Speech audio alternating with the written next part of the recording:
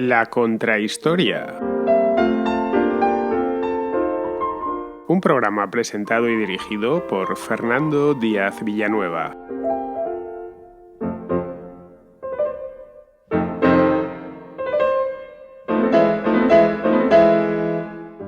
Es la civilización más antigua de Europa, pero a pesar de ello se tardaron más de 3.000 años en redescubrirla. Hasta ese momento, ya a finales del siglo XIX, principios del siglo XX, los descubrimientos primeros se hicieron en el siglo XIX y la gran excavación llegó en el año 1900 exactamente. Todo lo relativo a los minoicos y a la Creta premicénica habitaba en el mito. El hombre que le dieron es, de hecho, más mitológico que real. El descubridor de su capital, la majestuosa Knossos, un arqueólogo inglés llamado Arthur Evans, bautizó a esta antigua civilización como Minoica, en honor del rey Minos, un rey de la antigua Creta, hijo de Zeus y de Europa, que hizo construir un laberinto para confinar en él al Minotauro, el hijo que su esposa, Pasífae, había tenido con un toro blanco exactamente. Este mito fue muy popular en la antigüedad clásica y a través de los escritores griegos y romanos pues llegó hasta nosotros. Los griegos y los romanos desde luego lo conocían a la perfección y lo conocían todos y como tal pues lo transmitieron hasta nosotros. Lo que no sabían ni los griegos ni los romanos ni los que vinieron después era dónde estaba la corte del rey Minos y su laberinto, especialmente su laberinto, que era lo que más les interesaba. 2 milenios más tarde Evans dio con ellos, bueno, no con ellos exactamente, pero sí con algo parecido. Encontró las ruinas de una vieja civilización antigua y muy sofisticada que había perdurado durante mucho tiempo, durante más de 1000 años, entre el segundo y el tercer milenio antes de Cristo. Los cretenses de aquella época, ya definitivamente rebautizados como minoicos, y así han llegado hasta nuestros días y seguirán así ya por los siglos de los siglos, controlaban en aquel entonces, estamos hablando del segundo o del tercer milenio antes de Cristo, controlaban una extensa red comercial cuyo centro se encontraba en la isla de Creta. Poseían escritura propia y eran grandes arquitectos, artistas e ingenieros. Esto no es una opinión, es lo que se extrae de lo que se ha conseguido excavar a la luz de los palacios y de las villas que la arqueología ha sacado a la luz, nos ha puesto delante de nuestros ojos en los últimos 100 años. Pues bien, hoy en la Contrahistoria retrasaremos el reloj pues bastante tiempo, nada menos que 4.000 años, y vamos a recorrer juntos la historia de esta civilización que aún guarda muchos secretos, muchos más de los que a los arqueólogos les gustaría, porque ni sus jeroglíficos ni su escritura, la lineal A, han conseguido ser descifrados.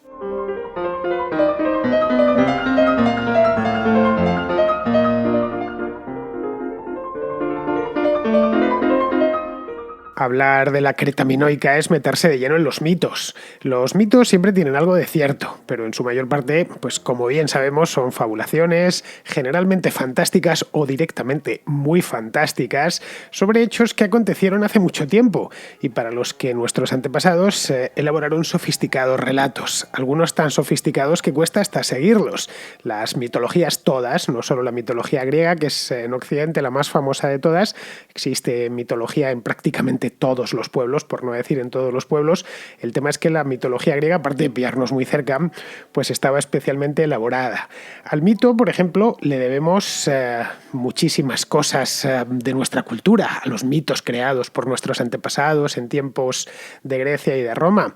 Le debemos nombres, le debemos situaciones, le debemos historias que de una manera u otra se han ido reelaborando incansablemente a lo largo de los últimos 2 milenios. Bien, pues la Creta minoica en origen pertenecía al mito. Al mito le debemos, por ejemplo, le debemos la localización geográfica. Decimos Creta minoica porque en la mitología griega ya figura todas estas cosas dentro de Creta. La isla de Creta es la mayor de todas las islas griegas. Es decir, bastante, porque es que Grecia no es que tenga 3 o 4 islas, tiene 6.000 entre islas e islotes. Pobladas creo que son unas 120 o 130, el resto, la mayor parte son islas muy pequeñitas, islotes, eso mismo, pero si las contamos todas, incluidos los peñascos que hay enfrente de la costa, nos salen unas 6.000. Pues bien, de estas 6.000, la mayor de todas es Creta.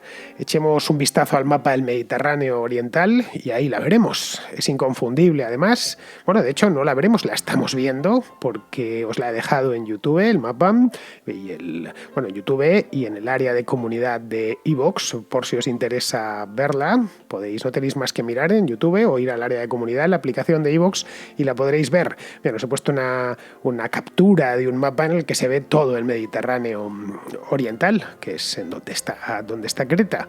Es una isla alargada, como podéis ver, pero muy estrecha. De largo tiene aproximadamente unos 250 kilómetros, de largo en línea recta, estoy hablando. Si vamos por carretera son algunos kilómetros más, y en su punto más estrecho, que está al oriente de la isla, solo tiene 12 kilómetros. En el más ancho tiene unos 55, es decir, que tampoco es siempre línea recta, estoy hablando. Si tomáis un automóvil y recorréis la isla os parecerá un poquito más grande y las distancias son mayores porque las carreteras no van en línea recta. Pero bueno, si lo medimos como si fuese una parcela en línea recta, da aproximadamente unos 250 kilómetros de largo por un promedio de unos 30-40 kilómetros de ancho, y no tiene mucho más. La superficie de Creta es de 8.500 kilómetros cuadrados, es algo más pequeña que Chipre, que tiene unos 9.500, y muchísimo menor que Sicilia, que es la isla que está debajo de Italia, no muy lejos de Creta. Sicilia tiene ya 25.000 kilómetros cuadrados, es decir, es una isla muchísimo más grande. Si quisiéramos comparar su extensión, por ejemplo, con una comunidad autónoma en España, pues vendría a ser aproximadamente como la Comunidad Foral de Navarra, más o menos. Es un poquito más grande Navarra, eso sí, que Creta, pero aproximadamente. Lo que pasa es que Navarra es un rectángulo y en este caso es directamente una tira de tierra. A pesar de ello, a pesar de no ser muy grande y de ser especialmente estrecha, Creta es muy variada desde el punto de vista geográfico. Tiene 2 cadenas montañosas que atraviesan la isla de este a oeste. Las 2 cadenas montañosas no son de colinas, son cadenas montañosas muy altas. En ambos casos superan sus picos los 2.000 metros de altura. El mayor de todos, el más alto, es el Monte Ida, tiene pues unos 2.500 metros de altura. De ahí que sea común ver nieve durante el invierno en Creta. Está muy al sur.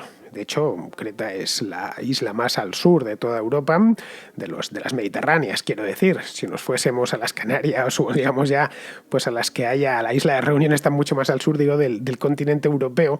Entonces, es una isla que a pesar de estar a 35 grados norte, es decir, 1 grado por debajo del estrecho de Gibraltar, le caen buenas nevadas, no en la costa obviamente, pero sí en las montañas.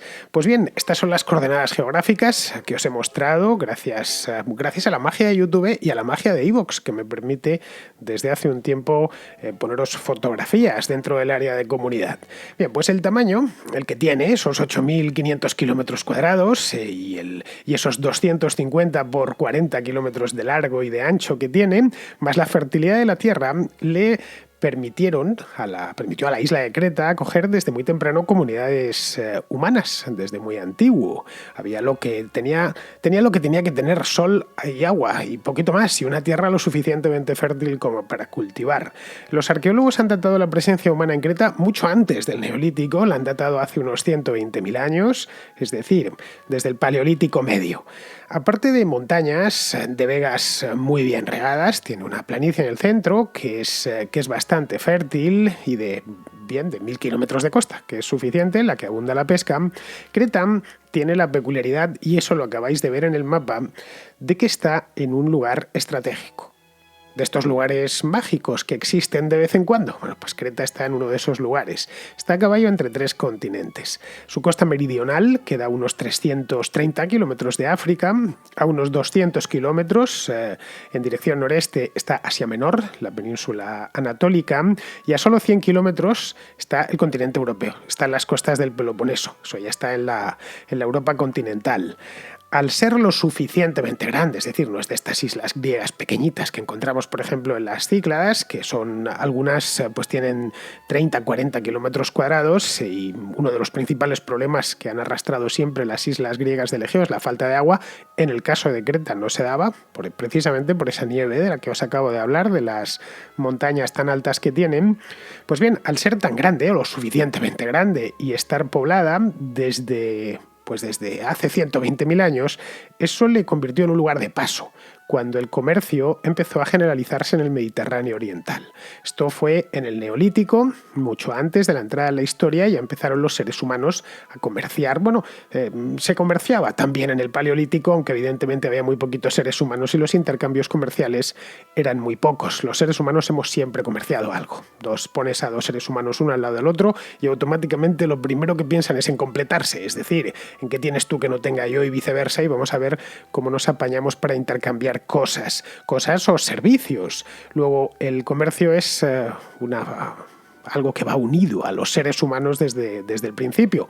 Claro, cuando el Neolítico permitió tener excedentes, ya fuese de productos derivados del ganado o de la agricultura, eso propulsó el comercio a corta distancia, pero también a larga. Y dentro de ese comercio a larga distancia, que requería intermediarios, Creta es donde se erigió como uno de los puntos comerciales más importantes del Mediterráneo oriental, de esa zona donde, no es propiamente la cuna de la civilización, pero está muy cerquita de la cuna de la civilización. La civilización como tal nace en el creciente fértil y el Mediterráneo oriental es el mar del creciente fértil por antonomasia. Si os fijáis, las costas de Egipto están muy cerca y también están cerca las del Levante asiático, no las del Levante español. Así que es normal que pronto sus habitantes adoptasen los avances que iban apareciendo tanto en Egipto como en el Levante. Avances neolíticos, como la cerámica o la domesticación de animales y de cultivos. Cultivos, además, especialmente nutritivos, que arraigaron muy bien por la geografía, por el clima de Creta, y que permitían que la población creciese mucho más. Cultivos como los cereales o las legumbres, o animales domesticados ya como la cabra y las ovejas, de las que se puede extraer carne, leche, se puede extraer lana también, la piel para hacer cuero, etc. Es decir, los animales no solo nos han dado de comer, sino que nos han dado muchísimos productos más. También incorporaron los metales, poco después de que empezasen a ser usados en el Levante. El bronce, por ejemplo, apareció en el creciente fértil en torno al año 3300 a.C. y en Creta se empezó a utilizar muy poquito después, solo 100 o 200 años después, lo que demuestra que el contacto y la relación entre las culturas y civilizaciones del creciente fértil y Creta era muy fluido desde hace ya por lo menos 5 o 6 milenios. Resumiendo, que tenían todas las papeletas, los cretenses del Neolítico, todas las papeletas compradas para desarrollar una civilización propia que estuviese emparentada, lógicamente, con las asiáticas, y eso mismo es lo que sucedió. Porque la civilización minoica, que ya os he dicho al principio del programa que es la primera de Europa, no es de origen europeo. Es de origen asiático, no puede ser de origen europeo. Lo poco que sabemos de su lengua, por ejemplo, se llama, o la han llamado los lingüistas posteriormente, el eteocretense, es decir, el cretense auténtico, nos dice que hablaban. Este idioma, por supuesto, desapareció ya hace milenios, un idioma de tipo semítico, parecido al fenicio, lo cual, para qué engañarnos, tiene perfecta lógica.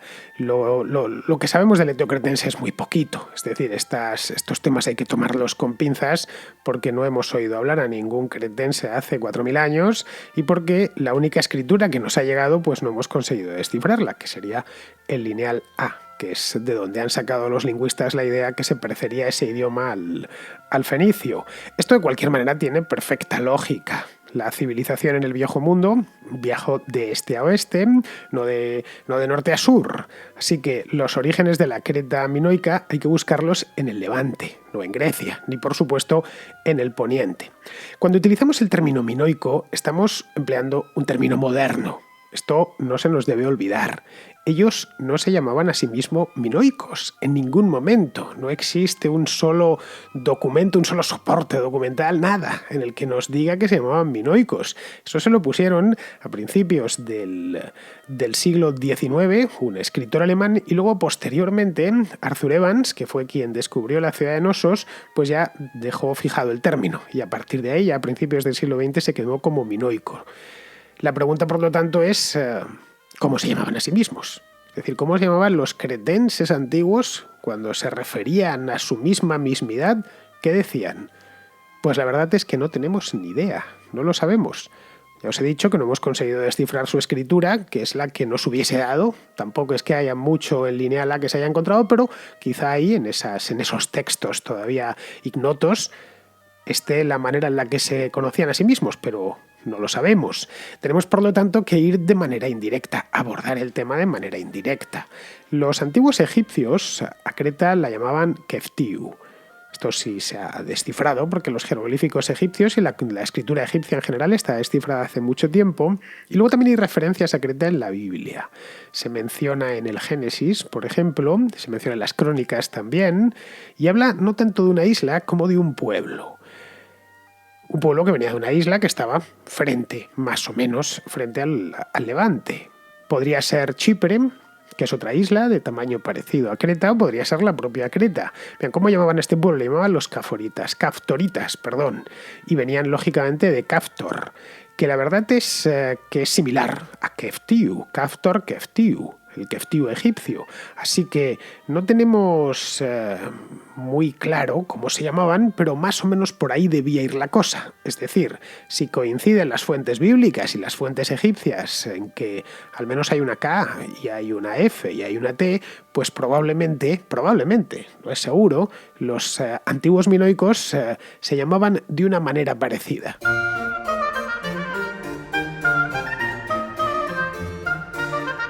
Os preguntaréis ahora de dónde viene el término minoico, porque si Evans o antes este escritor alemán que os he dicho, que se llama Karl Heck, habían utilizado el término minoico, no lo acuñaron ellos. Es decir, esto no es un invento del siglo XIX, que es anterior, muy anterior. El nombre Creta en concreto, vayamos por partes, el nombre Creta es de origen micénico, que fue el pueblo que sucedió a los minoicos, ya a partir del siglo XV a.C. Los micénicos escribían en una escritura llamada lineal B, y esa sí ha sido descifrada. Ha sido descifrada porque se parecía al griego, entonces no costó muchos años, quiero decir, a Ventris, que fue quien lo hizo, pues le debió costar bastante, pero vamos, si veis una inscripción en lineal B, la verdad es que uno se declara incompetente en el acto, es decir, no lo ve tan fácil, pero bueno, Ventris le dedicó bastante tiempo y intuyó que se parecía al griego, y un griego muy arcaico, muy antiguo, y a partir de ahí ya la descifró. Bien, pues de ahí, de los griegos micénicos, pasó al griego clásico, la Odisea de Homero ya aparece citada como Crete, y de ahí pasó al latín como Creta, que es como ha llegado hasta el español. Eso sí, los venecianos, muchos siglos después, rebautizaron la isla, ya en la Edad Media.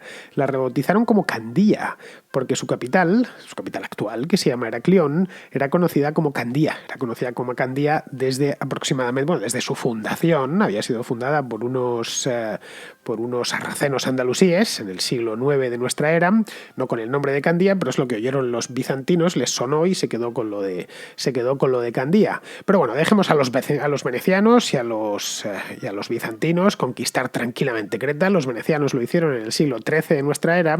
Y volvamos al siglo XXVIII a.C., que es cuando los arqueólogos creen que arrancó la civilización minoica, al menos la civilización minoica tal y como la conocemos. La historia política de la Creta minoica es un misterio absoluto, porque no sabemos lo que dicen sus jeroglíficos ni sus inscripciones en lineal A, así que todo hay que fiarlo en lo que se ha podido sacar de las inscripciones en lineal B, de esta ya del periodo micénico, es decir, posterior. Hay que sacarlo también de la mitología y de los restos arqueológicos, que las excavaciones en Creta tienen poco más de 100 años, empezaron a hacerse a finales del siglo XIX y todavía continúan, por supuesto, y continuarán durante mucho tiempo porque es una isla muy rica en restos arqueológicos, y esto es lo que tenemos, y a partir de ahí se tiene que construir el relato histórico. Las tablillas en lineal B, las micénicas, las posteriores, todas las encontradas en Creta, por lo menos, hay también tablillas en lineal B encontradas en Grecia, todas, las de la Grecia continental, eso sí, se han encontrado muchas más en Creta que en la Grecia continental, no nos dicen nada relevante respecto a una organización política o a sus reyes, por ejemplo. Son documentos mercantiles muy pequeñitos, son unas tablillas en barro cocido para anotar compras de diversos productos como tejidos, armas, aceite, esclavos. Bueno, los esclavos en esa época y hasta hace no tanto eran considerados productos. Esto nos obliga a estudiar la Creta minoica sobre los restos arqueológicos, que son muy abundantes, hay que reconocerlo. Ya les gustaría a los arqueólogos tener tanto resto en otros lugares del mundo. El mayor yacimiento de todos es la ciudad de Knossos, que está en el norte de la isla, a las afueras del actual Heraclión, de este Candía que os hablaba antes. Está muy cerquita de la costa. Knossos fue descubierto en el año 1900 por un inglés que se llamaba Arthur Evans, que no era arqueólogo. Él se había estudiado historia en la Universidad de Oxford y sobre todo era un aventurero. Tenía mucho dinero y pudo dedicarse desde bien joven a recorrer Europa. Ya estuvo hasta encarcelado en los Balcanes por meterse a favor de los independentistas bosnios. Bueno, el hecho es que este hombre, Arthur Evans, era básicamente un millonario. Su familia tenía una fábrica de papel muy famosa al norte de Londres, en Hertfordshire, y tenía, pues como buen millonario británico de la época victoriana, mucho tiempo libre y una gran fascinación por las civilizaciones antiguas que había estudiado durante su época en Oxford y que además le quitaba bastantes horas de lectura. No era el único en toda Europa, esto era bastante común entre gente con dinero del último tercio del siglo XIX. Había de hecho visto los hallazgos de Schliemann, a quien llegó a conocer, por supuesto, sus hallazgos en Troya, los hallazgos del propio Schliemann en Micenas, ya en la misma Grecia, por lo que viajó a Creta para desenterrar el palacio del rey Minos, y especialmente su laberinto.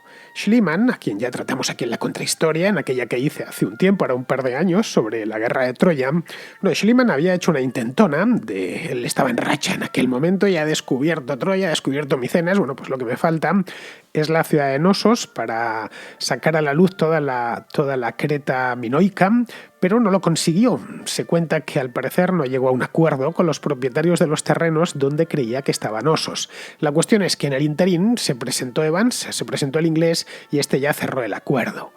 De arqueología no sabía mucho, eso sí, así que teniendo en cuenta que sospechaba encontrar una gran ciudad antigua y no iba a saber ni por dónde meterle mano, contrató a un arqueólogo profesional, un tipo llamado Duncan Mackenzie, que era un escocés que había estudiado arqueología en Viena. Es decir, una persona que un arqueólogo del siglo XIX, lógicamente, no es como los actuales, pero una persona que más o menos tenía algo de metodología, que conocía lo básico, el ABC de la arqueología, cosa que Evans no tenía ni idea. Lo que hizo Evans, y esto lo hizo bastante bien, tampoco tiene un mérito excesivo, porque casi todos ya sabían que estaba ahí, todos los arqueólogos que estaban interesados en esa zona habían hecho sus investigaciones. Era una zona cerca de Heraclión en la que se encontraban continuamente pequeños restos. Es decir, el lugar donde el propio Schliemann ya había investigado para saber para buscar la ciudad que él quería desenterrar y que al final no pudo. Bueno, el hecho es que Evans identificó el lugar donde se hallaba la Knossos legendaria, es decir, el palacio levantado por el rey Minos junto al laberinto en el que encerró al Minotauro. Bien, el lugar era un prado, a unos 5 kilómetros al sur de Heraclión. Negoció con el dueño del prado, que era un cretense. Intentó Schliemann negociar con él antes, pero no había conseguido llegar a un acuerdo. A Evans le costó una auténtica barbaridad comprar varios años de negociaciones. El cretense se resistía mucho, compró el prado y se puso a excavar. Llamó a Duncan Mackenzie para que fuese hasta Creta y se puso a excavar. Pues nada, ya la cosa fue muy rápida. A partir de ese momento fue meter la piqueta y salió a la luz un inmenso complejo palacial de más de 1000 habitaciones e infinidad de pasillos. Es decir, que no hacía falta mucho más. En apenas unos meses, Evans ya cantó victoria. Los periódicos de Londres dieron la noticia con alborozo. Estaban un poco humillados porque tanto Troya como Micenas los había descubierto un alemán. Y claro, andaban todos diciendo, bueno, nuestros arqueólogos producimos los mejores arqueólogos de Europa y son incapaces de apuntarse un tanto, de desenterrar alguna ciudad antigua. Lo están haciendo todos los alemanes. Bueno, pues Evans le vino a dar a la prensa británica esa alegría. Bien, por fin ha llegado un inglés y ha desenterrado algo de la antigüedad clásica. Y ese algo no era cosa menor. Era nada más y nada menos que el palacio del rey Minos. Bien, eso mismo es como lo vendió Evans. Dijo, ya está, he encontrado, esto fue en el año 1900, como ya os he dicho, he encontrado el palacio del rey Minos. Y tenía cierta razón de ser. Había encontrado un palacio francamente grande. Se conservaban además unos cuantos frescos. El estado de conservación no era muy bueno, pero bueno, ya los fue completando con un estilo pictórico muy peculiar, en los que aparecían toros Y luego encontró también una estancia dentro del palacio que tenía un trono. Y esto ya le hizo que automáticamente identificase aquello como el Palacio del Rey Minos, que es como se ha quedado y como se sigue si uno va a Creta. Os invito a ir, es una isla bien bonita, de las más bonitas de toda Grecia, y las ruinas, aunque se conservan bien, una parte de las ruinas es pura reconstrucción del propio Evans. Eso lo vamos a ver ahora a continuación. De cualquier manera, siempre merece la pena ir a Grecia, y más si dentro de Grecia, a la isla de Creta. Bien, Evans excavaría allí muchísimos años. No es que sacó esto y se fue, en absoluto. Llegó a construirse una casa, incluso una villa al lado de las ruinas. Esa villa la utilizaron, ya muerto Evans, en los años 40, cuando los nazis invadieron Creta, la utilizaron los comandantes nazis como su casa, como su cuartel general, la villa de Evans. Pero bueno, esto sirva como un excurso que hago de estos tan a menudo. Bien, él se construyó una casa y estuvo ahí excavando pues hasta los años 30. Es decir, solo detuvo las excavaciones durante la Primera Guerra Mundial, no por nada, sino porque no se quería quedar en Creta, prefirió volver a Londres, y las comunicaciones marítimas en esa época, durante esos años, pues no eran muy seguras. Tenía miedo, lógicamente, que algún submarino alemán hundiese el barco, y temía también que los otomanos invadiesen de nuevo la isla, después de haberla tenido que abandonar precipitadamente tras la proclamación de la República de Creta. Esto sucedió en 1898, ya luego posteriormente se uniría a Grecia en 1913. El trabajo de Evans, como os decía, fue muy controvertido en su momento y sigue siéndolo, porque como las ruinas eran de su propiedad, él había comprado aquel terreno al cretense y podía hacer en él lo que le viniese en gana, y en el año 1900 no existían las leyes de cuidado y de respeto al patrimonio que existen hoy en día. Hoy, aunque compres un terreno, si te encuentras algo, ese algo por supuesto que no es tuyo, pero en aquel entonces sí que era suyo, y decidió restaurarlas a su antojo, hasta el punto de que su idea original era reconstruir por completo el palacio. Por suerte no la llevó a cabo, pero sí hizo alguna intervención que otra, bueno, unas cuantas, todo hay que decirlo, que daría mucho que hablar. Rehizo, por ejemplo, los frescos, como ya os he comentado antes, y se puso a reconstruir estancias completas. Y se puso a hacerlo, claro, con los materiales propios del siglo XX.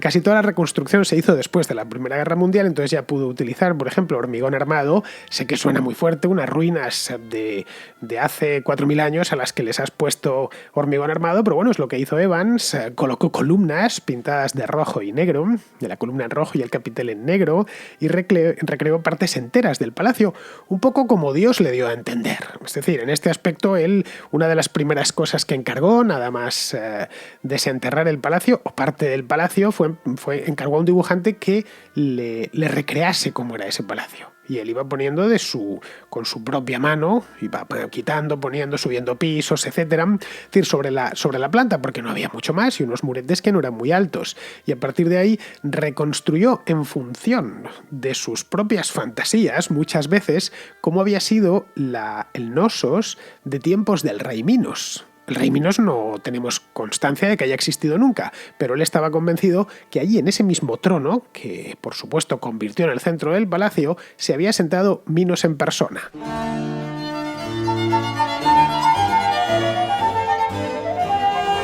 Lo cierto es que no sabemos si, a pesar del nombre que le puso Evans, el Palacio del Rey Minos, era realmente un palacio o varios edificios arremolinados en torno a un patio central. Esto es lo que piensan muchos arqueólogos actualmente.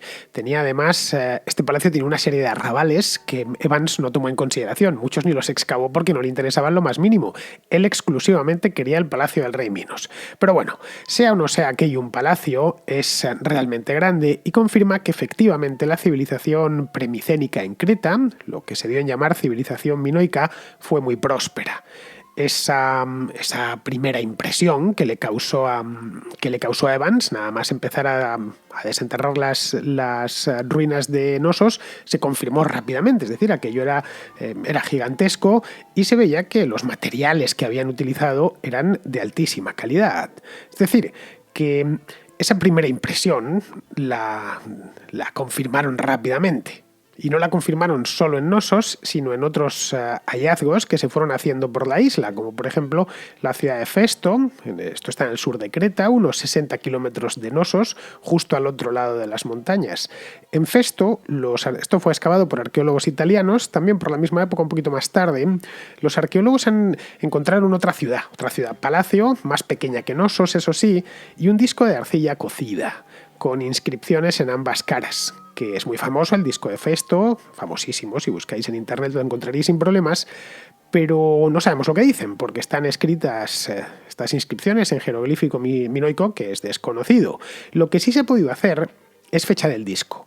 Esto lo han conseguido los arqueólogos y lo han fechado en torno al siglo XVII a.C., es decir, en el año, más o menos, el año 1600-1700 a.C. Esto se correspondería con lo que los arqueólogos han denominado el Minoico Medio, que cubre la primera mitad del segundo milenio antes de Cristo.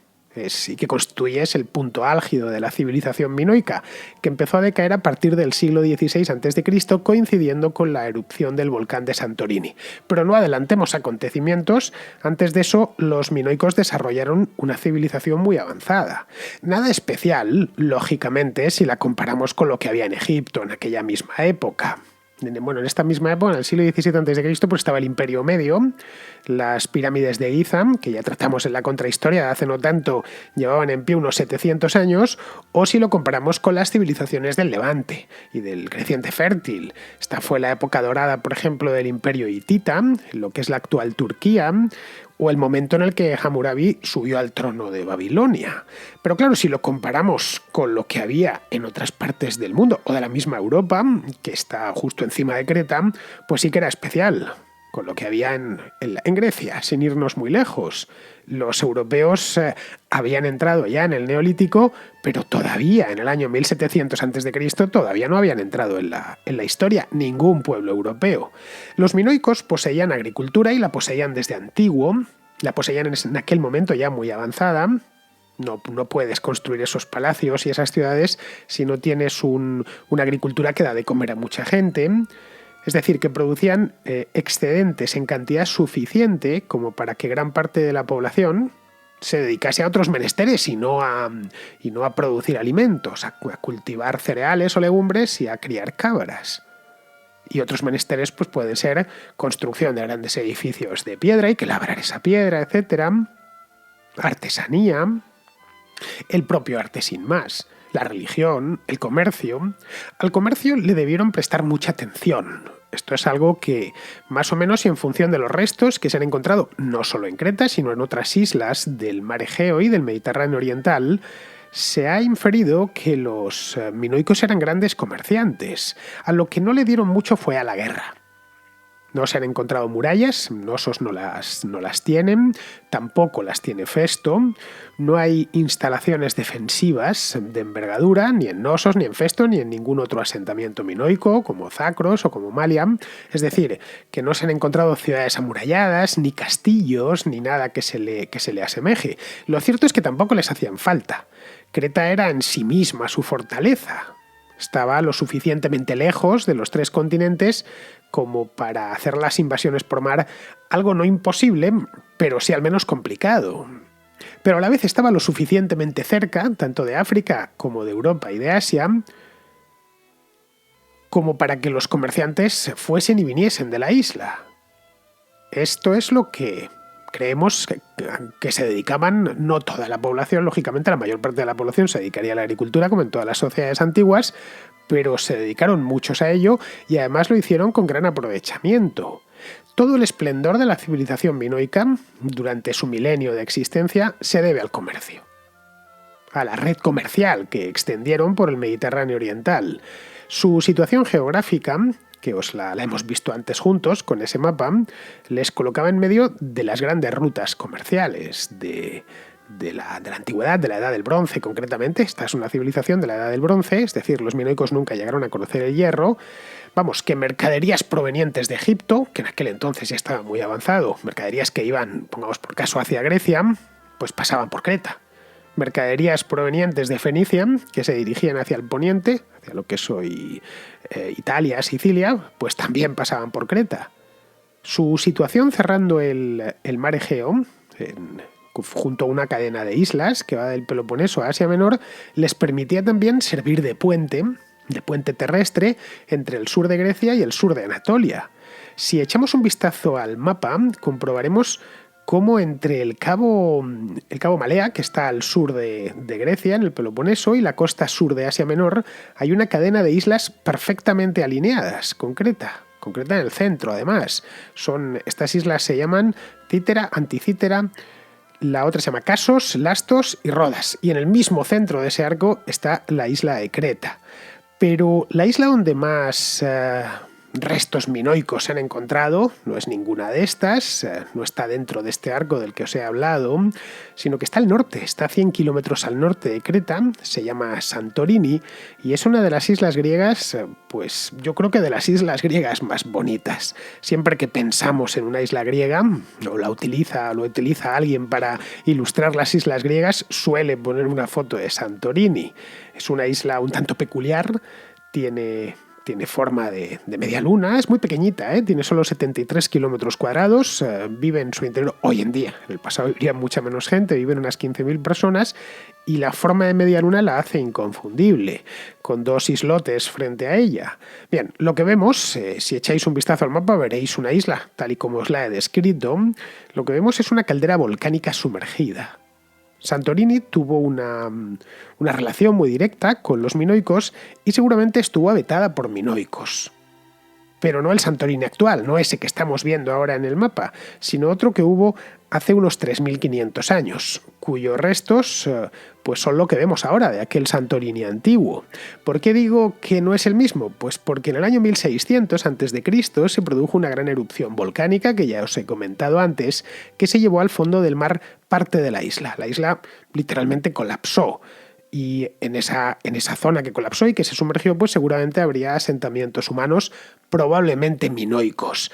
Esto es una pura hipótesis porque realmente nunca se han hecho excavaciones en esa zona, está bastante profunda y en el caso de que se hiciesen en alguna ocasión, pues poco se podría encontrar porque aparte de los restos de estos pequeños establecimientos antiguos de la Edad del Bronce, pues habrá infinidad de rocas, ceniza volcánica, etc. Bien, todo esto lo sabemos porque la parte de la isla que no se hundió, no toda, la parte que hoy existe y que forma esa media luna, esa parte quedó cubierta por cenizas volcánicas. Pues bien, en el siglo XX, un arqueólogo griego muy famoso, un tipo llamado Espiridón Marinatos, la excavó. Excavó en un yacimiento allí, un yacimiento que hoy es un reclamo turístico dentro de Santorini, que se llama Akrotiri, y desenterró una ciudad minoica. Esta ciudad que se ha dado en llamar Akrotiri no se llamaría en origen Akrotiri porque Akrotiri es una palabra griega. Bueno, el hecho es que esta ciudad estaba en excelente estado de conservación. De ahí que cuando se hable de Akrotiri se hable también de la Pompeya griega. La ceniza volcánica había caído y se encontró Marinatos, pues una ciudad de la Edad del Bronce, no en perfecto estado, pero sí que se conservaban las calles, se conservaban las casas, se conservaban los frescos, se conservaban los adornos que no se habían estropeado, estaban allí. Lo que no encontró Marinatos fue cadáveres, lo que vendría a significar que los habitantes de Akrotiri, bueno, no se llamaban a sí mismos así, pero bueno, los de Akrotiri pues habrían huido. Esto, ojo, sucedió también en Herculano, que trataron de huir y aparecieron todos junto al muelle. Pero bueno, esto os lo contaba yo en un contracorte de hace ya un tiempo que hice del verano pasado, si mal no recuerdo, que hice sobre Pompeya. Bueno, pues esa es la razón por la cual no encontraron cadáveres en Akrotiri. No encontraron cadáveres, pero sí encontraron una ciudad minoica en miniatura.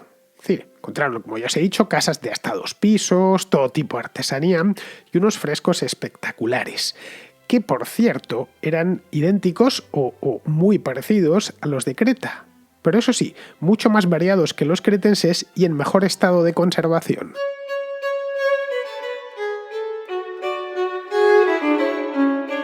Entre lo hallado en Akrotiri, que fue muchísimo, y lo de Nosos o lo de Festo, se ha podido reconstruir la civilización minoica a pesar de que no podemos leer sus textos. Y ojo, lo encontrado nos dice mucho y muy bueno acerca de los minoicos. Eran un pueblo realmente avanzado para su época. Dominaban la metalurgia, dominaban también la construcción naval, vestían con ropajes muy ricos, bueno, tanto que se puede incluso hablar y se habla de moda minoica. En los frescos los hombres suelen aparecer semidesnudos, como en los frescos egipcios, pero las mujeres todas de blanco. Todos los frescos minoicos veréis que los hombres están coloreados de rojo y las mujeres de blanco. Pues se ven las mujeres de la élite cretense, obviamente. No es que todas las minoicas fueran vestidas así, van vestidas suntuosamente, bien peinadas. Eso sí, curiosamente con los senos al aire, saliendo por encima del vestido y todas debidamente enjolladas. Para que os hagáis una idea, os muestro dos frescos, uno de la que se llama, este es el nombre que les han puesto obviamente, las damas de la corte de Nosos, y el otro, un fresco llamado El príncipe de las lilas. Los tenéis ahora mismo tanto en YouTube como en el área de comunidad de iVoox, y como veis le deben mucho, bastante de hecho, a la pintura egipcia. El pecho se muestra de frente, pero la cabeza y las piernas se ven de perfil. Los ojos, sin embargo, se pintan completos, sino de perfil. Es una pintura, como podéis apreciar, muy bidimensional, pero a diferencia de Egipto, no trata temas funerarios, sino de la vida cotidiana, con gran énfasis en la naturaleza, además, como podéis ver en este fresco de los monos azules encontrado en Santorini, o en este de los papiros también encontrado en Santorini. Son la verdad de una gran belleza, y los mejores, los que se han conservado mejor desde la antigüedad, quiero decir, son los de Akrotiri, mientras que los de Nosos, que lo veréis con colores mucho más chillones, pues esos colores tan chillones es la restauración o el crimen, como dicen algunos, que hizo Evans. De la vida cotidiana tenemos desde el pescador con sus capturas hasta el fresco del Salto del Toro, que es el vestigio más antiguo de tauromaquia que se conserva. Este del Salto del Toro es uno de los emblemas de la civilización minoica. Supongo que si estudiasteis historia del arte en la escuela, os aparecería seguro este. Aparte de la pintura, los minoicos fueron consumados escultores. Sirva como ejemplo la diosa de las serpientes, que estamos viendo ahora mismo, o el Ritón de Zacros, que está prácticamente reconstruido, todo hay que decirlo, pero bueno, en las partes originales se puede ver que era la cabeza de un toro muy bien labrado y muy bien hecho. Como veis, el toro figura bastante en toda la iconografía minoica, y esto pues a Evans le dio alas para pensar que efectivamente estaban ahí en el mismo laberinto del Minotauro. Este tipo de arte tan refinado es propio de una civilización avanzada. Es decir, una civilización atrasada no talla estas estatuas, no pinta estos frescos en las paredes, no construye palacios como Nosos o como Festo, o asentamientos como este de Akrotiri en Santorini. Tal y como muestran sus propias edificaciones, es como era aquella sociedad. Nosos es el mejor ejemplo. Incluso después del destrozo que perpetró Evans, el palacio deja ver muchas cosas que sí estaban ahí, es decir, que se encontró Evans. Vemos, por ejemplo, que tiene un sistema de conducción de agua que nada tiene que envidiar a los que harían los romanos mucho después, 1500 años después. Es normal que los griegos de la época de Homero aún hablasen de la Creta antigua y la incluyesen profusamente dentro de su mitología, porque mucho antes de que Evans excavase Nosos, todo lo que sabíamos de la Creta minoica era simple leyenda. Esa es la cruda realidad. Hoy nos parece normal y conocemos todos Nosos, todos los aficionados a la historia, y hemos visto la estatuilla de la diosa de las serpientes, y hemos visto también el Salto del Toro. Es decir, cualquier persona medianamente culta ha pasado por delante de sus ojos en alguna ocasión alguna expresión artística minoica, pero en el siglo XIX no había pasado nada. Nada de esto que tenemos hoy se tenía entonces. De hecho, hasta mediados del siglo XIX se pensaba que la Grecia clásica había aparecido de golpe, como una especie de rayo de luz al amanecer después de una noche infinita. Podían imaginar, lógicamente, que hubo algo antes de eso, que todo aquel refinamiento intelectual y artístico del que hizo gala la Grecia clásica, pues no podía ser algo que apareciese por ciencia infusa. La Grecia clásica empezó más o menos a partir del siglo VIII, el siglo VII antes de Cristo. Es decir, imaginaban que aquello tendría sus precedentes, pero claro, no había nada para sustentar esa idea. Es decir, no había nada que lo confirmase. No quedaban restos, no habían encontrado restos. Solo quedaba el mito, que es básicamente un relato fantástico adobado por unas gotas de hechos verídicos. En eso mismo es en lo que consiste un mito.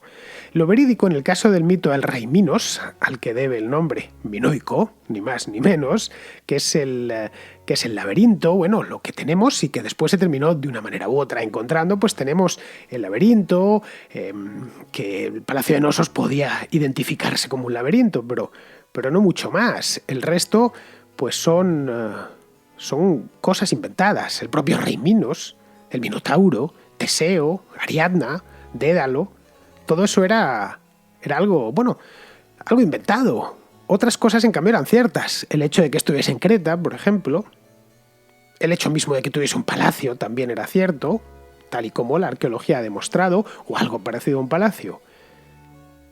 Respecto al rey Minos, pues como ya os he dicho, no tenemos constancia de que existiese un rey que se llamaba así. Tampoco si tuvo una hija llamada Ariadna, que se enamoró de un joven ateniense de nombre Teseo. Si supiésemos lo que dicen los jeroglíficos minoicos y las inscripciones en lineal A, pues quizás sabríamos algo más, pero no podemos leerlas. Podría suceder también que esas inscripciones no cuenten nada al respecto, que nos hablen de tinajas de aceite entregadas e intercambiadas, o que contengan inventarios de caballos. Lo que sí sabemos es que quien quiera que fuese el que reinó en Creta, no tenemos ni idea cómo se llamaba, pero alguien debió reinar allí, en torno al año 1700 a.C., era alguien, o eran varios, desconocemos también si era un reino unitario o había varios reinos.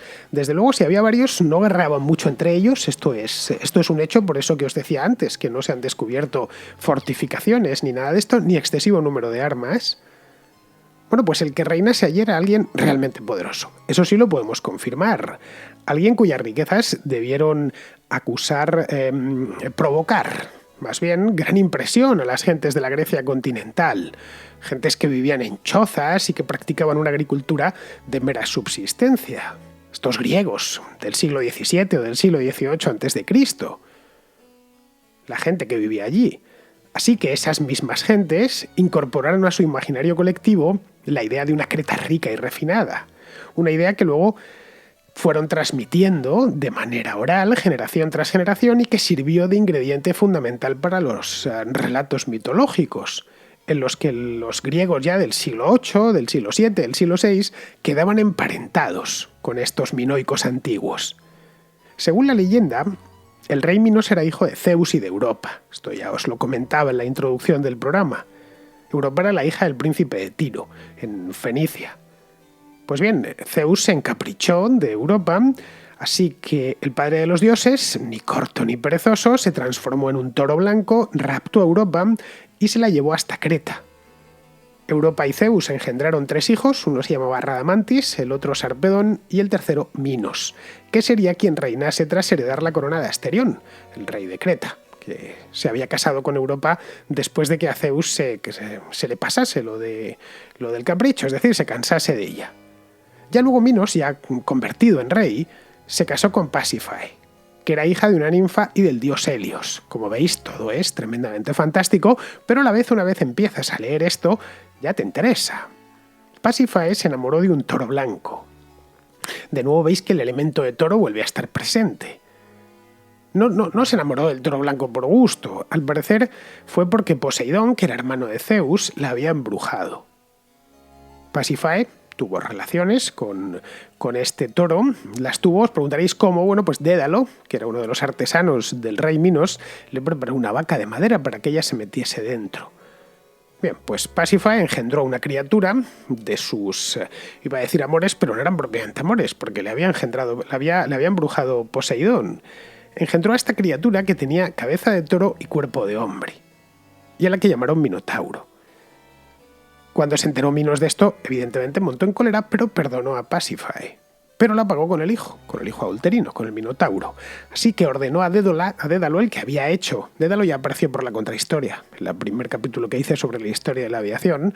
Bueno, ordenó a Dédalo, que era este artesano tan habilidoso, que trabajaba en la corte, al que había hecho la vaca de madera. Bueno, pues a este le ordenó Minos construir un laberinto gigante, para que el Minotauro, que es como llamaron iba a decir al niño, pero es que no era propiamente un niño, era una criatura un tanto temible, Pues para meterle ahí y dejarle en su centro, y que nunca pudiese salir del laberinto. Pero claro, el Minotauro tenía que comer, y le gustaba la carne humana. Así que cada año le suministraban 7 efebos y 7 doncellas, que tenían que venir de Atenas, por una guerra que había habido entre Minos y los atenienses, que habían perdido los atenienses, y como condición para la paz, pues Minos les había puesto esa, que todos los años le tenían que enviar 7 efebos y 7 doncellas, de las que por supuesto les metían a estos, a los 14 les metían en el laberinto, y el Minotauro daba buena cuenta de ellos.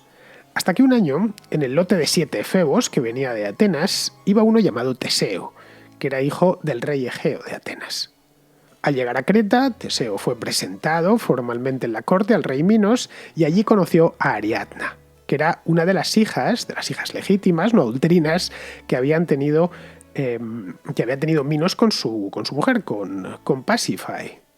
Ariadna, que se enamoró, nada más ver a Teseo, que debía ser muy apuesto, pues se enamoró de él y le facilitó un ovillo para que matase al monstruo. Y una vez le hubiese matado, pues encontrase el camino de salida del laberinto siguiendo el hilo que había ido extendiendo desde el ovillo. Teseo hizo lo que tenía que hacer, además se lo había prometido a su padre en Atenas, al rey Egeo, mató al Minotauro, consiguió salir del laberinto, recogió a Ariadna y se volvieron juntos a Atenas. Pero curiosamente la abandonó de camino, en la isla de Naxos, que no va de paso. Si vas desde Creta hasta Atenas no pasas por Naxos, pero bueno, de un pequeño rodeo, pero en Naxos la mitología tiene también sus caprichos, bueno, está llena de caprichos.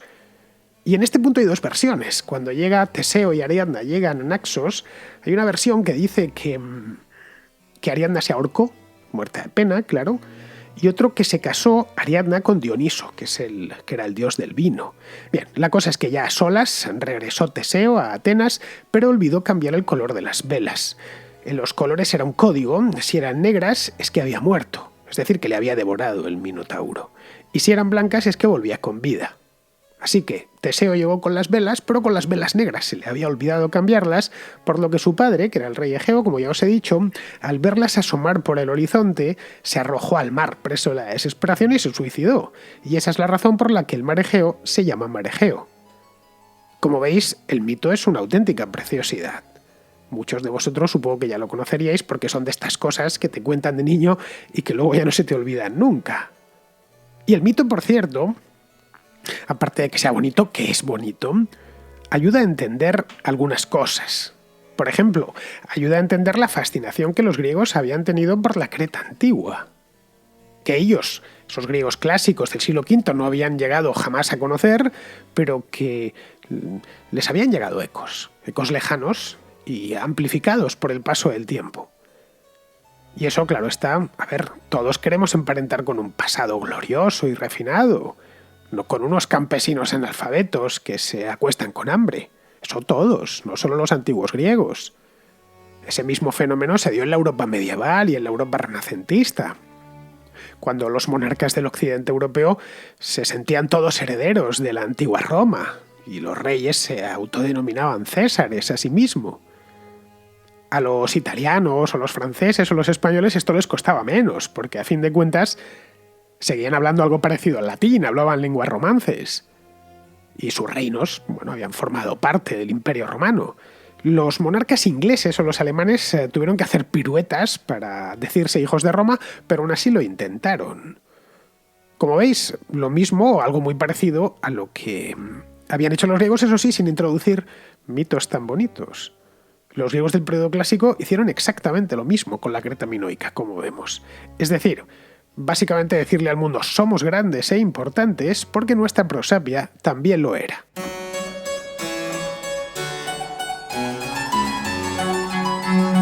Los griegos del periodo clásico no solo reaprovecharon la Creta minoica, sino también la Grecia micénica, que vino después y a cuyos reyes, reyes como Agamenón, por ejemplo, incorporaron alegremente en el mito.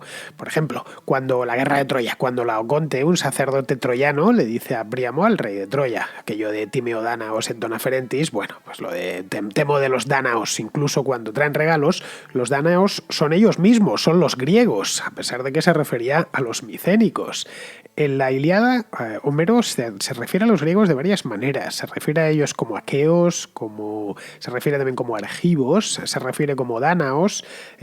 Argivos sería de Argos, que es una ciudad en el Peloponeso no muy lejos de Tirinto y de Micenas. Lo que el mito micénico no nos explica es cómo desapareció la Creta del rey Minos. El mito nos explica que eran muy ricos y que eran muy refinados, eso yo creo que ha quedado claro. Los contemporáneos de Platón o de Pericles conocían Creta, evidentemente porque no se había movido de sitio. En ese tiempo estamos hablando del siglo V, del siglo IV a.C., era una isla griega más, con algunas ciudades como Gortina o Aptera o Litos, pero no era Cleón, la capital actual de Creta no existía. La capital actual de la isla fue fundada en el siglo IX después de Cristo, como os comenté hace un momentín, por unos sarracenos hispanos expulsados de Córdoba, de Al-Ándalus, por Alaquén I. Se hicieron a la mar, huyeron de Al-Ándalus y se dedicaron durante un tiempo al pillaje y a la piratería, hasta llegar a Creta, donde ya se quedaron. Además se quedaron durante bastante tiempo, durante más de un siglo, fundando un emirato, el Emirato de Creta, que vería su fin cuando ya el emperador de Bizancio se hartó y envió una expedición para expulsarlos. Bueno, la cuestión es que estos andalusíes fundaron una ciudad a la que llamaron Al-Handak, que los habitantes de la isla, que eran de habla griega, llamaban handakas. Al llegar los venecianos, posteriormente, ya en el siglo XIII, pues les pareció oír algo parecido a Candía, y con Candía se quedó pues hasta que en el siglo XIX, ya con el renacer nacional griego, la rebautizaron como Heraclio, en honor a una ciudad que Estrabón cita como puerto de Nosos, que se llamaba Heracleion. Bueno, sería un puerto muy pequeñito, el puerto de Nosos. La cuestión es que desde entonces Candía, no es mucho tiempo, es un siglo y pico, se llama Heraclión. Pero bueno, el hecho es que no es una ciudad antigua. Heraclión no es como Nosos, ni muchísimo menos. El principal reclamo turístico de Heraclión no es ni minoico, ni griego, bueno, ni romano tampoco. Es una fortaleza veneciana construida a mediados del siglo XVI. Es una fortaleza que por lo demás está muy bien. Lo estáis viendo ahora, os la he puesto en el canal de YouTube y en la zona de comunidad de iVoox. Pues bien, en torno al siglo XVI, pero no después de Cristo, sino antes de Cristo, es cuando se cree que se produjo la erupción del volcán de Santorini, que ya ha pasado un par de veces a lo largo del programa de hoy. La erupción provocó un tsunami de grandes proporciones, que se estampó, fue hacia el sur y se estampó contra la costa norte de Creta. Aquello, obviamente, como todos los tsunamis, debió causar grandes daños en la costa, pero ni siquiera alcanzó Nosos. Nosos está a 5 kilómetros en el interior a cierta altura y no llegó hasta ahí, y muchísimo menos Festo, que está en el otro lado de la isla. Pero la erupción sí que acabó con el Santorini minoico, donde está Akrotiri, donde se han encontrado esas pinturas tan maravillosas, esos frescos tan maravillosos, que debía ser, y esto es lo que se cree, debía ser la principal colonia minoica en el exterior.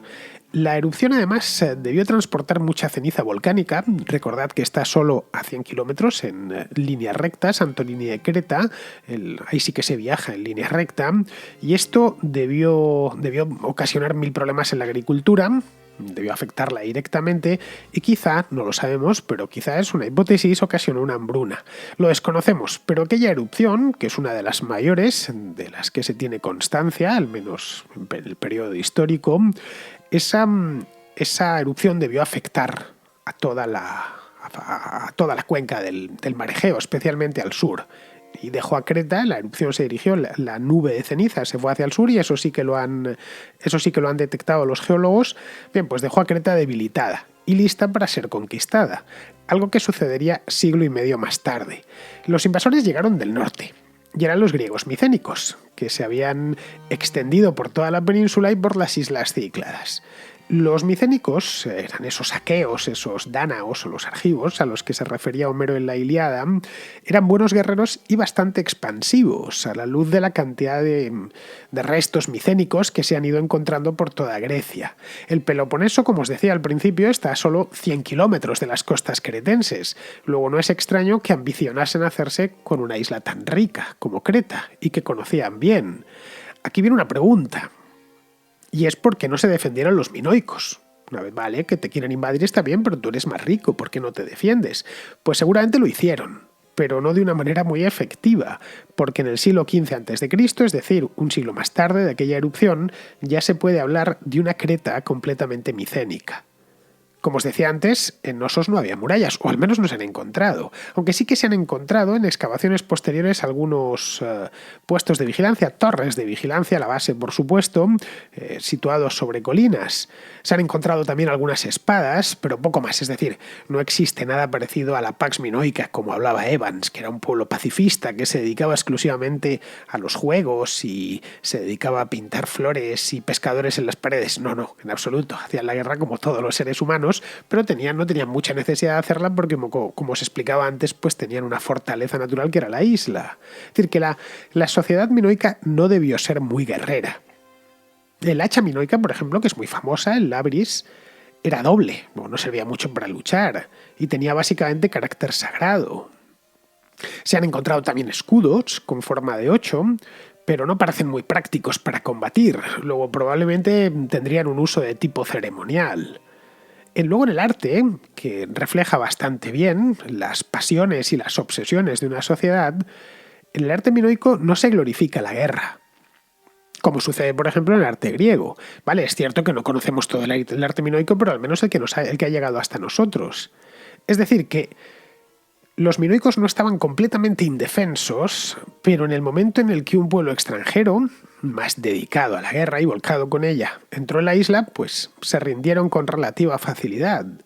De manera que el fin de la Creta minoica no se debió a una sola causa, sino a varias que fueron concatenadas una con la otra. Vamos, que se debe a varios elementos. Por un lado está la erupción del volcán, que acabó con Santorini y afectó directamente a la propia Creta. Luego está la irrupción de los micénicos, que también debió ser algo así como los que le dieron la puntilla. Debieron tener malas cosechas, debió debilitarse la sociedad por razones que desconocemos. Y así una sociedad que había prosperado, ¿y de qué manera?, durante un milenio, pues se vino abajo. Es decir, no una sociedad que por lo demás, y esto ha quedado demostrado por los hechos históricos, porque desaparecieron, no sabía defenderse bien. Los invasores micénicos ocuparon la isla, por supuesto, pero no arrasaron sus ciudades, no fue una invasión a sangre y fuego. Nosos siguió existiendo y pasó a ser una ciudad micénica, dejó de ser una ciudad minoica y pasó a ser una ciudad micénica. En el mismo Nosos es donde se encontraron las tablillas escritas en lineal B, que sería descifrado por Michael Ventris en 1952, que os comentaba antes. Sí, son miles las que se encontró Evans. Es que la ciudad tenía una actividad en tiempos micénicos bastante grande. Ventris estudió las tablillas y concluyó que se trataba de una forma de griego muy arcaica. Esto ya os lo comentaba también, así que lo único que hizo fue reconstruirlo. Que se había cambiado la cultura, que ya no se expresaban ni con jeroglíficos ni con su modo de escribir anterior, el lineal A. Estas tablillas de arcilla cocidas se han encontrado tanto en Nosos como en la propia Micenas, o en ciudades como Tirinto o en Pilus, al sur del Peloponeso. Tras la caída de Micenas, porque no hay imperio que dure mucho, todos terminan cayendo, cayó por otra invasión, la invasión dórica, ya en el siglo XI a.C. Esta provenía del norte, y los dorios traían armas de hierro. Así que los micénicos no se podían defender muy bien, porque si a un tipo que trae una espada de hierro le opones un escudo de bronce, lo va a romper. O si pretendes establecer un combate con un arma de hierro y otra de bronce. Esta maldición se cebó con los micénicos y cayeron ante la invasión doria. Bien, pues durante la época dórica siguieron existiendo los antiguos emplazamientos minoicos. Los dorios llegaron hasta Creta y se instalaron allí sin demasiados problemas. Las antiguas ciudades minoicas se transformaron en ciudades-estado griegas y así durante cientos de años, que se integraron en el resto de la Hélade. Ya del periodo clásico, pues como cualquier otra ciudad-estado, con sus alianzas y sus guerras entre ellas. Ya luego, posteriormente, y esto habría que irse al siglo I a.C., damos un salto histórico largo, la historia fue incorporada a la República Romana, que creó una provincia que reunía a Creta y a Cirenaica. Cirenaica está en el norte de África, es lo que es hoy la parte este de Libia. Nosos, por supuesto, siguió existiendo. Los romanos llegaron incluso a fundar una colonia junto a la lo que hoy se conoce como el Palacio del Rey Minos. Esta colonia se llamaba Julia Nobilis Nosus y está a medio excavar, es decir, lo que os decía antes, que falta mucho por excavar todavía en Creta. En los primeros siglos de nuestra era, ya poco a poco la población se fue abandonando esta colonia y fue desplazándose hacia la costa. De modo que cayó en el olvido, sus piedras fueron reutilizadas y paulatinamente lo que había sido una vibrante ciudad minoica, micénica, griega y romana, pues fue cubriéndose de tierra, hasta llegar al Prado que Arthur Evans se encontró en 1894.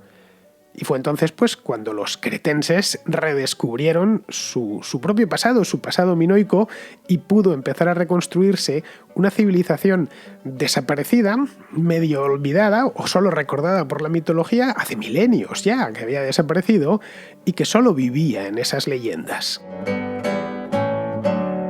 Espero que haya sido de vuestro agrado este repaso que hemos dado a la civilización minoica, la primera Europa, como os he dicho.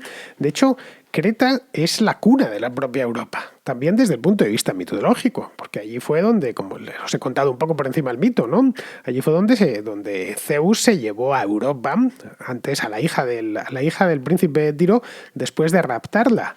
Así que bien, visto y oído el tema de hoy, vamos con el contrasello y las dudas históricas de los contraescuchas. El contrasello. El espacio de ruegos, preguntas y reflexiones de la contrahistoria.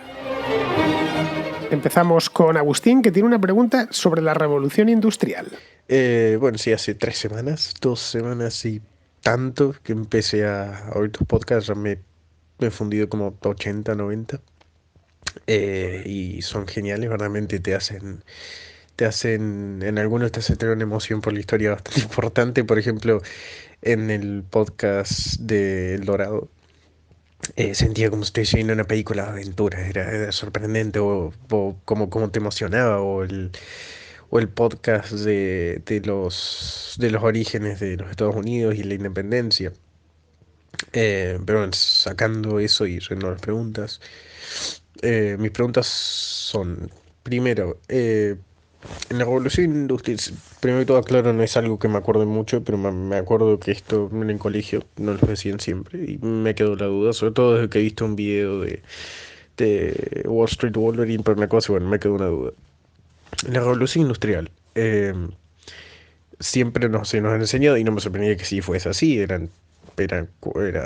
fue hace unos cuantos siglos, eh, las condiciones de trabajo no eran buenas. Y trabajaban, como te decían, trabajaban siempre hombres, te decía, trabajaban el esposo, la mujer y sus hijos. Bueno, el caso con esto cambió, que obviamente en un momento cambió. eh, Esto fue porque el Estado intervino, o mejor dicho, que el Estado haya intervenido con leyes, ¿sirvió para que esto cambiase? ¿O no sirvió para nada y en un momento iba a cambiar por sí solo?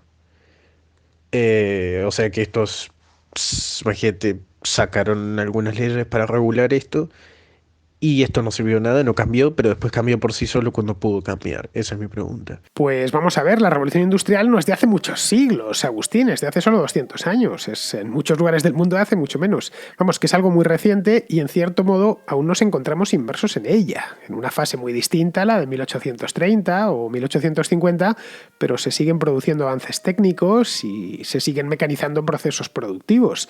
De hecho, estas cosas están produciéndose a mayor velocidad que hace 2 siglos. Pero bueno, entiendo que te refieres a la primera y a la segunda revolución industrial, que van más o menos hasta la primera hasta aproximadamente hasta el año 1914, todo el siglo XIX y una parte del siglo XX. Sí, más o menos la segunda revolución industrial termina con la Guerra Mundial.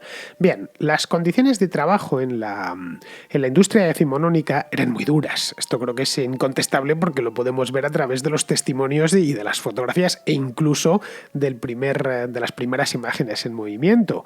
Pero no olvides que aquella gente venía del campo, de trabajar doblando el lomo a la intemperie y de sol a sol.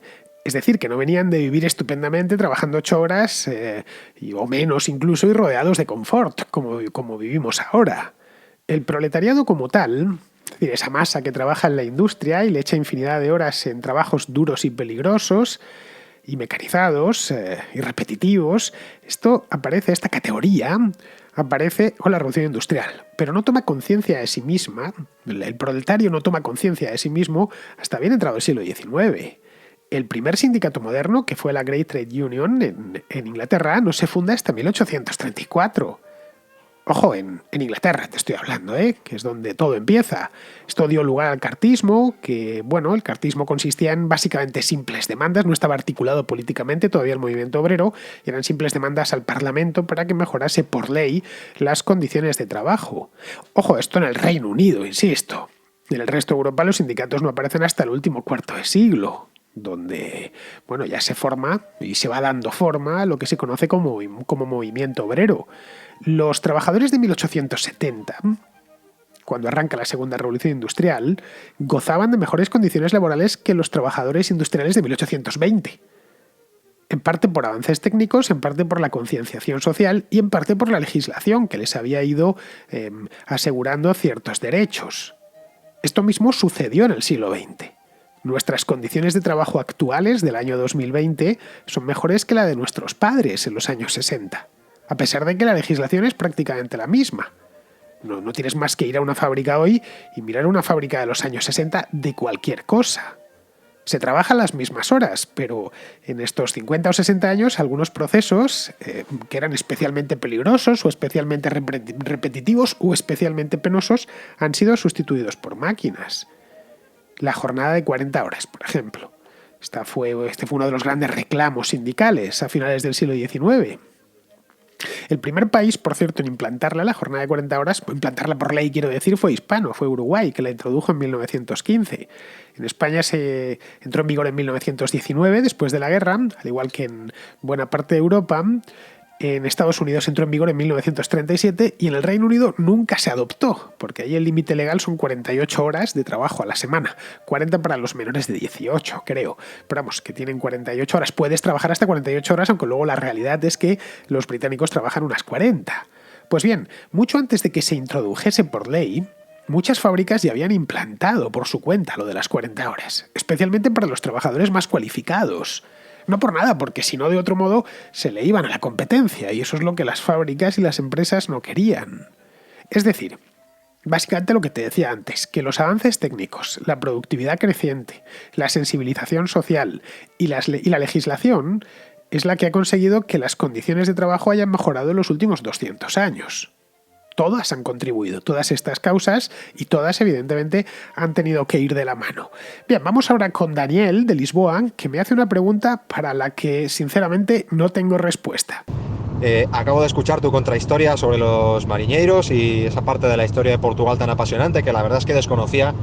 Hacía tiempo que quería conocer partes de la historia de Portugal, dado que me estoy integrando bastante bien en este país y no conocemos casi nada, por desgracia, los españoles sobre la historia de nuestros vecinos, cosa que me parece vergonzosa, y he agradecido muchísimo tu programa que ha solucionado gran parte de esa laguna que tengo ahí.